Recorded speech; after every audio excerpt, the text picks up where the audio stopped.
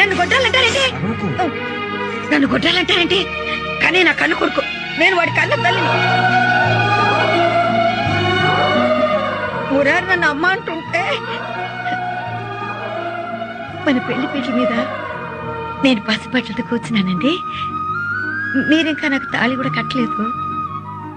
చిన్న చిన్న అడుగులు వేసుకుంటూ గులాబీ రంగుతో పెద్ద పెద్ద కళ్ళు పెట్టుకుని నా పక్కకొచ్చి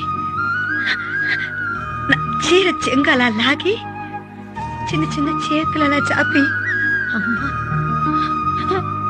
అమ్మా అన్నాడండి. ఇంకంతే, మొత్తం మర్చిపోయాను. ఆ రోజు నుంచి ఊరారు నా కొడుకు, వాడు నా కొడుకండి.